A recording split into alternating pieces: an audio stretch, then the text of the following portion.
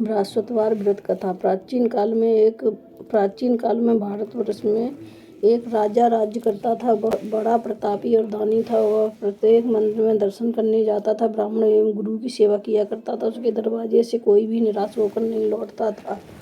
वह प्रत्येक गुरुवार को व्रत एवं पूजन करता था। वह गरीबों की सहायता करता था, परंतु यह सब बातें उसकी रानी को अच्छी नहीं लगती थी। न व्रत करती, न किसी देवता को एक पैसा दान में देती थी तथा राजा को भी ऐसा करने को मना किया करती थी।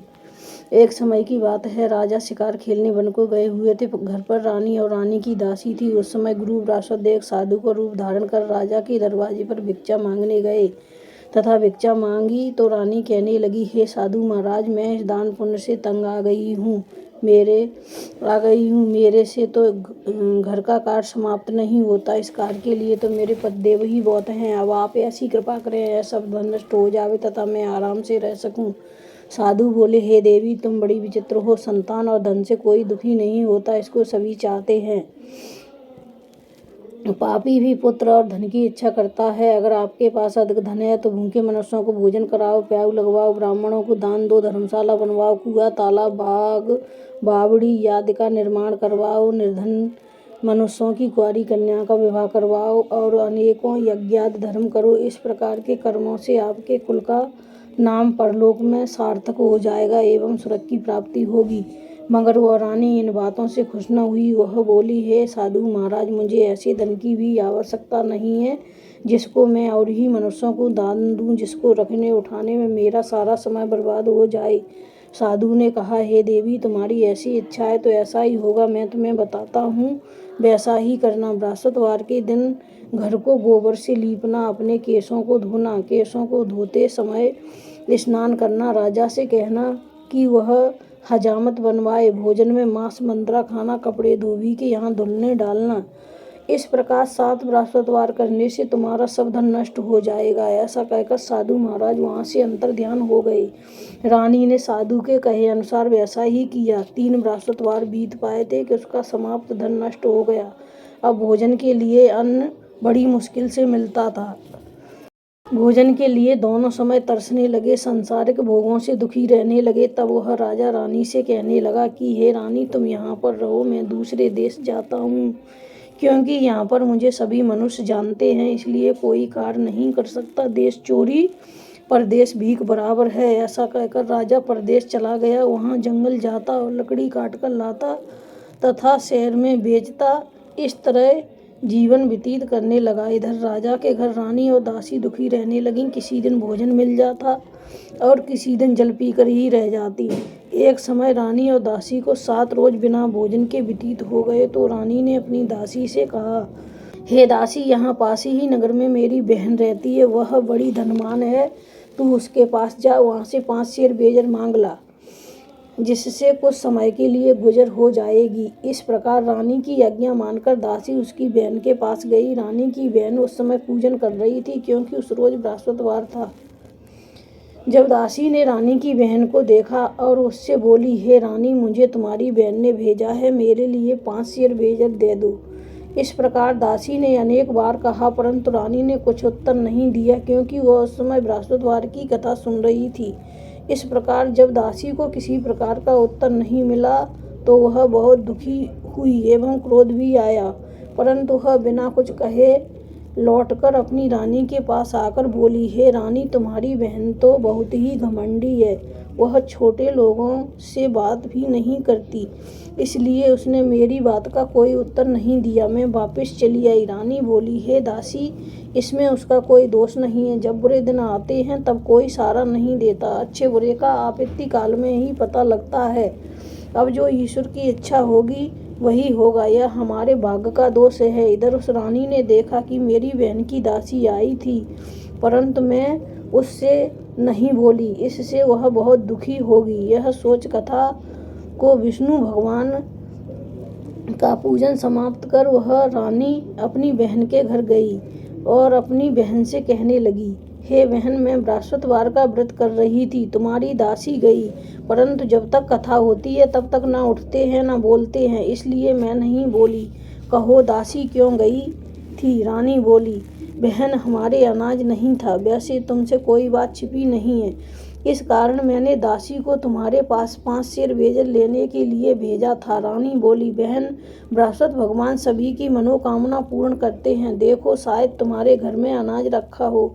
इस प्रकार के वचन जब रानी ने सुने तो घर के अंदर गई। वहाँ उसे एक घड़ा बेजल का भरा मिल गया। तब वह रानी और दासी बहुत खुशी हुई और दासी कहने लगी, हे रानी, देखो, वैसे हमको जब भोजन नहीं मिलता तो हम रोज ही व्रत करते हैं। अगर इनसे बृहस्पतिवार के व्रत की विधि और कथा पूछ ली जाए तो इसे हम भी किया करें। तब उस रानी ने अपनी बहन से पूछा, हे बहन, बृहस्पतिवार के व्रत की कथा कैसे है तथा यह व्रत कैसे करना चाहिए? रानी की बहन ने कहा, बृहस्पतिवार के व्रत में चने की दाल मुलक्का से विष्णु भगवान का केले की जड़ में पूजन करे तथा दीपक जलावे, पीले भोजन करे तथा कहानी सुने। इससे बृहस्पति भगवान प्रसन्न होकर अन्न पुत्र धन देते हैं। इस प्रकार रानी और दासी दोनों ने निश्चय किया कि बृहस्पति देव का पूजन अवश्य करेंगे।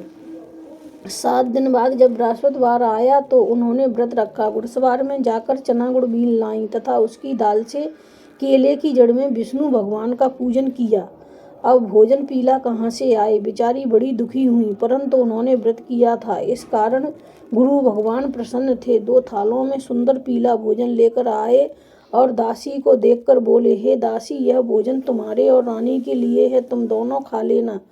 दासी भोजन पाकर बड़ी प्रसन्न हुई और रानी से बोली, चलो रानी जी, भोजन कर लो। रानी को इस विषय में कुछ पता नहीं था, इसलिए वह दासी से बोली, तू ही भोजन कर, क्योंकि तू हमारे व्रत में हंसी उड़ाती है। दासी ने कहा, एक महात्मा हम दोनों को 2 थालों में भोजन दे गया है, इसलिए हम और तुम दोनों साथ साथ भोजन करेंगी। इस प्रकार रानी और दासी दोनों ने गुरु भगवान को नमस्कार कर भोजन प्रारंभ किया तथा अब वह प्रत्येक बृहस्पतिवार को गुरु भगवान का व्रत और विष्णु भगवान का पूजन करने लगी। बृहस्पति भगवान की कृपा से रानी और दासी के पास फिर धन हो गया। रानी फिर उसी प्रकार आलस करने लगी। तब दासी बोली, देखो रानी, तुम पहले इस प्रकार आलस करती थी, तुम्हें धन के रखने में कष्ट होता था, इस कारण सभी धन नष्ट हो गया। अब गुरु भगवान की कृपा से धन मिला है, फिर तुम्हें आलस होता है। बड़ी मुसीबतों के बाद हमने यह धन पाया है, इसलिए हमें दान पुण्य करना चाहिए तथा भूखे मनुष्यों को भोजन कराओ, प्याऊ लगवाओ, ब्राह्मणों को दान दो, कुआं, तालाब, बावड़ी याद का निर्माण कराओ, मंदिर पाठशाला बनवाकर दान दो, कुंवारी कन्याओं का विवाह करवाओ, धन को शुभ कर्मों में खर्च करो, जिससे तुम्हारे कुल का यश बढ़े तथा सुरक्षा की प्राप्ति हो। तब रानी ने इसी प्रकार कार्यक्रम करने प्रारंभ किए तो उनका यश फैलने लगा। एक दिन रानी और दासी विचार करने लगी, न जाने राजा किस प्रकार से होंगे, उनकी कोई खबर नहीं। तब गुरु भगवान से उन्होंने प्रार्थना की। भगवान ने रात्रि में राजा को स्वप्न में कहा, हे राजा, उठ, तेरी रानी तुझको याद करती है, अपने देश को चलो। राजा प्रातःकाल उठा, विचार करने लगा, स्त्री जात खात पहनने की संगीनी होती है, पर भगवान की आज्ञा मानकर वह अपने नगर के लिए चलने को तैयार हुआ। इससे पूर्वक जब राजा परदेश चला गया तो परदेश में दुखी रहने लगा। प्रतिदिन जंगल से लकड़ी बीन कर लाता और उन्हें शहर में बेचता। अपने दुखी जीवन को बड़ी कठिनाई से व्यतीत करता था। एक दिन राजा पुरानी बातों को याद करके रोने लगा। तब उस जंगल में बृहस्पति देव साधु का रूप धारण कर आए और राजा के पास आकर बोले, हे लकड़हारे, तुम इस सुनसान जंगल में किस चिंता में बैठे हो, मुझको बतलाओ। यह सुन राजा के नेत्रों में जल भर आया और साधु को वंदना कर बोला, हे प्रभु, आप सब कुछ जानने वाले हो। इतना कहकर साधु को अपनी संपूर्ण कहानी बतला दी। साधु रूपी भगवान बोले, हे राजन, तुम्हारी स्त्री ने बृहस्पति देव का अपमान किया था, इस कारण तुम्हारी यह दशा हुई है। अब तुम किसी प्रकार की चिंता मत करो, भगवान तुम्हें पहले से अधिक धनवान करेगा। देखो, तुम्हारी स्त्री ने गुरुवार का व्रत प्रारंभ कर दिया है और तुम मेरा कहा मानकर बृहस्पतिवार को व्रत करके चना की दाल गुड़ जल के लोटे में डालकर पूजन करो और कथा का और सुनो, भगवान तुम्हारी सभी मनोकामनाओं को पूर्ण करेगा। साधु को प्रसन्न देखकर राजा बोला, हे प्रभु, मुझे लकड़ी बेचकर इतना पैसा नहीं मिलता जिससे भोजन करने के उपरांत कुछ बचा सकूं। मैंने रात्रि में अपनी रानी को व्याकुल देखा है। मेरे पास कुछ भी नहीं जिससे मैं उसकी खबर मंगा सकूं। फिर मैं कौन सी कहानी कहूँ, मुझको कुछ भी मालूम नहीं है। साधु ने कहा, हे राजन, तुम किसी बात की चिंता मत करो। बृहस्पतिवार के दिन तुम रोजाना की तरह लकड़ियां लेकर शहर को जाओ। तुमको रोज से दुगना धन प्राप्त होगा जिससे तुम भली भांति भोजन कर लोगे तथा बृहस्पति देव की पूजा का सामान भी आ जाएगा। और बृहस्पति देव की कहानी निम्न प्रकार से है। प्राचीन काल में एक ब्राह्मण रहता था। वह निर्धन था, उसके कोई संतान नहीं थी। उसकी स्त्री बहुत मलिनता के साथ रहती थी, स्नान न करती, न किसी देवता का पूजन करती।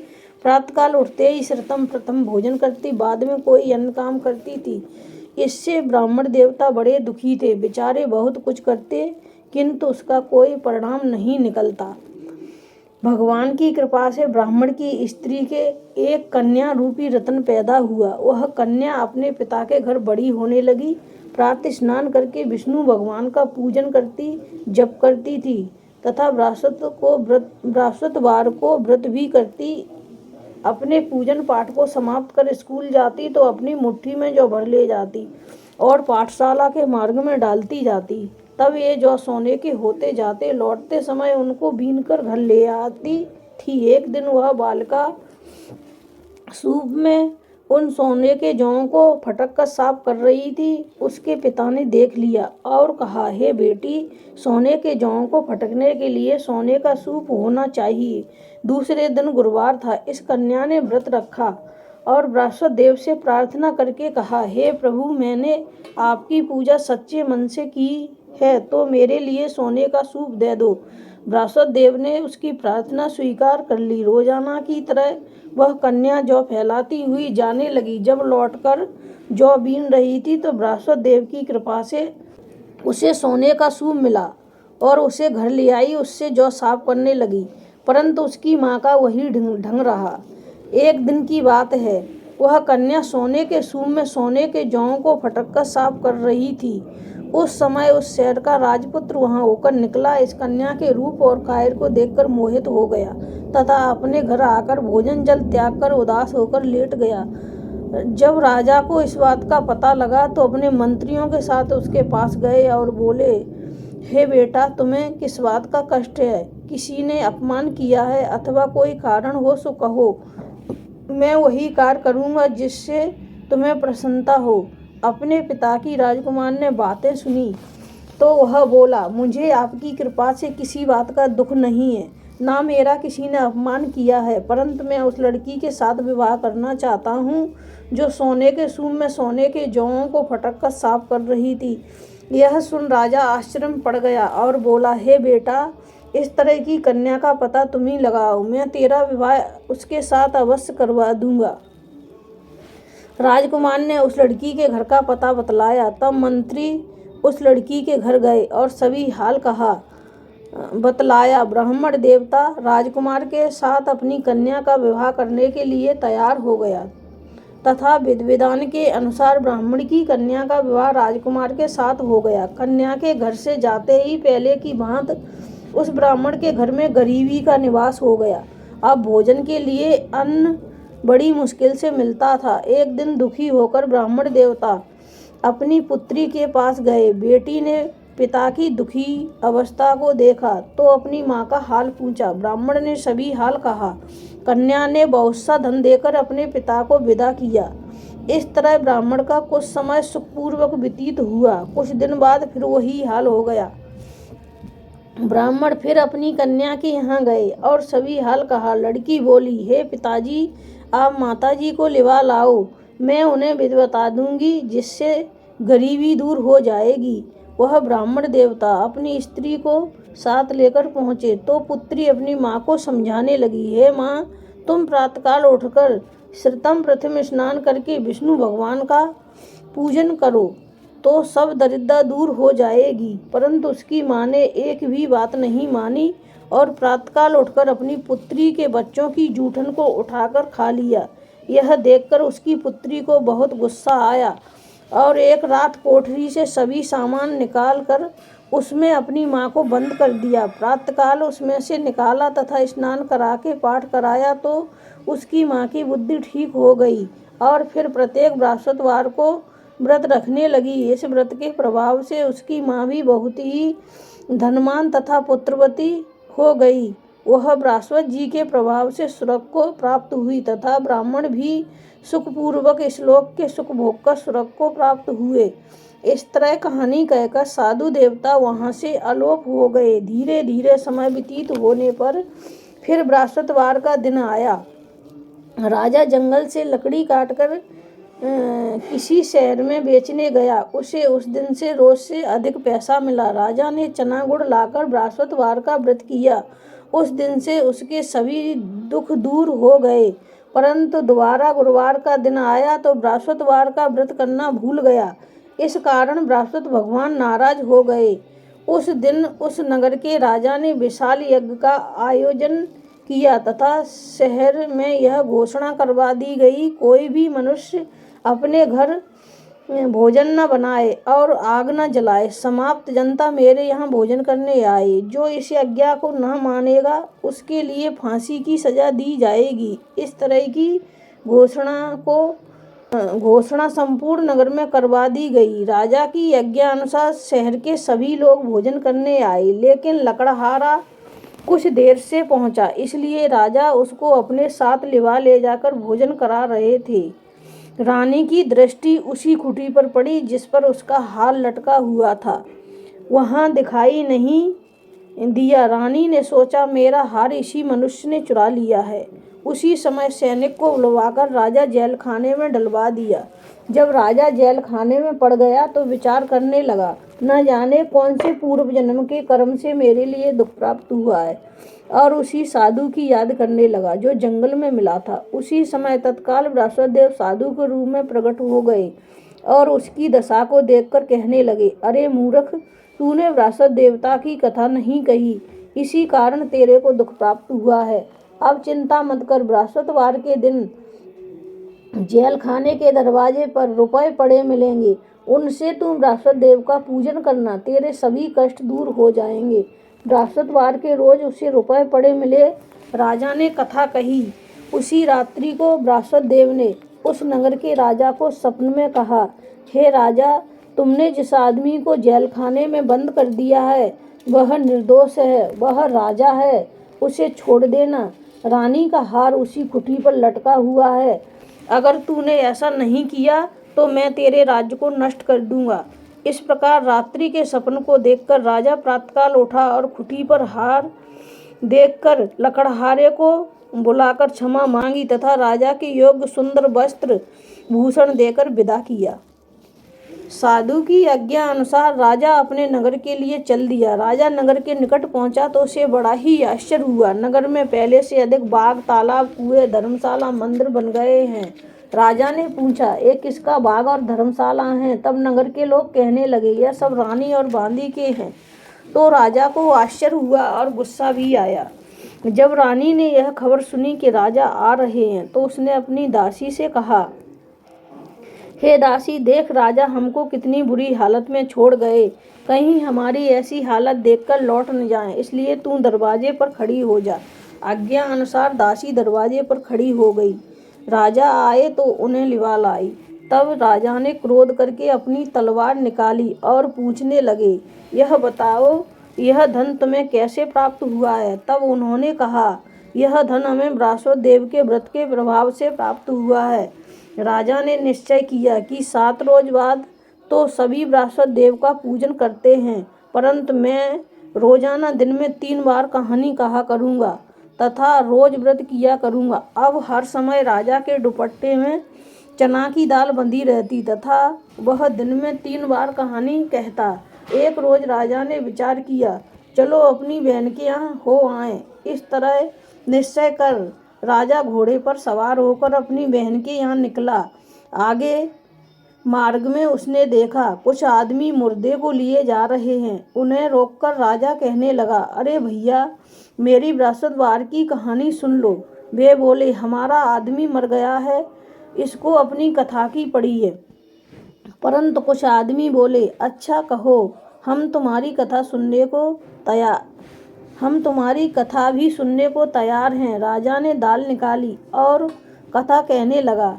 जब कथा आधी हुई तो मुर्दा हिलने लगा। जब कथा समाप्त हो गई तो राम राम कहकर वह खड़ा हो गया। आगे मार्ग में उसे एक किसान खेत में हल चलाता मिला। राजा ने उसे देखा और उससे बोला, अरे भैया, तुम मेरी बृहस्पतिवार की कथा सुन लो। किसान बोला, जब तक मैं तेरी कथा सुनूंगा तब तक 4 हरैया जोत न लूंगा। जा अपनी कथा किसी और को सुनाना। इस तरह राजा आगे चलने लगा। राजा के हटते ही बैल पछाड़ खाकर गिर गए तथा किसान के पेट में बहुत जोर से दर्द होने लगा। उस समय उसकी माँ रोटी लेकर आई। उसने देखा तो अपने पुत्र से हाल पूछा। बेटे ने सभी हाल कहा। बुढ़िया दौड़ी दौड़ी उस घुड़सवार के पास गई और उससे बोली, मैं तेरी कथा सुनने को तैयार हूँ। तू अपनी कथा मेरे खेत पर चलकर कहना। राजा ने बुढ़िया के खेत पर जाकर कथा कही, जिसके सुनते ही वह बैल खड़े हुए तथा किसान के पेट का दर्द बंद हो गया। राजा अपनी बहन के घर कुशल पूर्वक पहुंच गया। बहन ने भाई की खूब मेहमानी की। दूसरे रोज राजा प्रातःकाल जागा तो देखने लगा सब लोग भोजन कर रहे हैं। राजा ने अपनी बहन से कहा कि ऐसा कोई मनुष्य है जिसने भोजन नहीं किया हो, वह मेरी बृहस्पतिवार की कहानी सुन ले। बहन बोली, हे भैया, यह देश ऐसा ही है। पहले यहाँ भोजन करते हैं, बाद में कोई अन्य काम करते हैं। अगर कोई पड़ोस में हो तो मैं देख आऊं। ऐसा कहकर देखने चली गई, परंतु ऐसा व्यक्ति नहीं मिला जिसने भोजन न किया हो। अंत में वह एक कुमार के घर गई जिसका लड़का बीमार था। उसे मालूम हुआ कि इसके यहाँ 3 रोज से किसी ने भोजन नहीं किया है। रानी ने अपने भाई की कथा सुनने के लिए कुमार से कहा और कथा सुनने को तैयार हो गया। राजा ने जाकर बृहस्पतिवार की कथा कही, जिसको सुनकर उसका लड़का ठीक हो गया। अब तो राजा की प्रशंसा होने लगी। एक रोज राजा ने अपनी बहन से कहा, हे बहन, हम अपने घर को जाएंगे, तुम भी तैयार हो जाओ। राजा की बहन ने अपनी सास से पूछा। सास बोली, हाँ चली जा, परंतु अपने लड़कों को मत ले जाना, क्योंकि तेरे भाई के कोई औलाद नहीं होती है। बहन ने भैया से कहा, हे भैया, मैं तो चलूंगी, मगर कोई बालक नहीं चलेगा। राजा बोला, जब कोई बालक नहीं जाएगा तब तुम भी क्या करोगी। बड़े दुखी मन से राजा अपने नगर के लिए लौट आया। राजा ने अपनी रानी से कहा, हम निर्वंशी राजा हैं, हमारा मुख देखने का धर्म नहीं। और इसी उदासी के कारण उसने कुछ भोजन भी नहीं किया। रानी बोली, हे स्वामी, हे बृहस्पति देव, हमें औलाद अवश्य देंगे। उसी रात को बृहस्पति देव ने राजा से सपने में कहा, हे राजा, उठ, सोच को त्याग दे, तेरी रानी गर्भ से है। 9वें महीने में उसके गर्भ से एक सुंदर पुत्र पैदा होगा। तब राजा बोला, हे रानी, स्त्री बिना भोजन के रह सकती है, बिना कहे नहीं रह सकती। जब मेरी बहन आए तो उससे कुछ मत कहना। जब राजा की बहन ने सुसमाचार सुना तो बहुत खुश हुई तथा अपने भाई की यहाँ बधाई लेकर आई। तभी रानी ने कहा, घोड़ा चढ़ तो नहीं आई, गधा चढ़ी आई। राजा की बहन बोली, हे भाभी, मैं इस प्रकार न कहती तो तुम्हें संतान कैसे मिलती। बृहस्पति देव ऐसे ही हैं, जैसे जिसके मन में कामनाएं हैं सभी को पूर्ण करते हैं। जो श्रद्धा भावना पूर्वक कथा पढ़ता है अथवा दूसरों को सुनाता है, बृहस्पति देव उसकी सभी मनोकामनाएं पूर्ण करते हैं तथा उनकी सदैव रक्षा करते हैं। संसार में जो मनुष्य श्रद्धा भावना से गुरु भगवान का पूजन व्रत सच्चे हृदय से करते हैं तो उनकी सभी मनोकामनाएं पूर्ण होती हैं। जैसे सच्ची भावना से रानी और राजा ने उनकी कथा का गुणगान किया तो उनकी सभी इच्छाएं बृहस्पति देव जी ने पूर्ण की। इसलिए सबको कथा सुनने के बाद प्रसाद लेकर जाना चाहिए। हृदय से उनका नमन करते हुए जयकारा बोलना चाहिए। बोलो बृहस्पति देव की जय, बोल विष्णु भगवान की जय।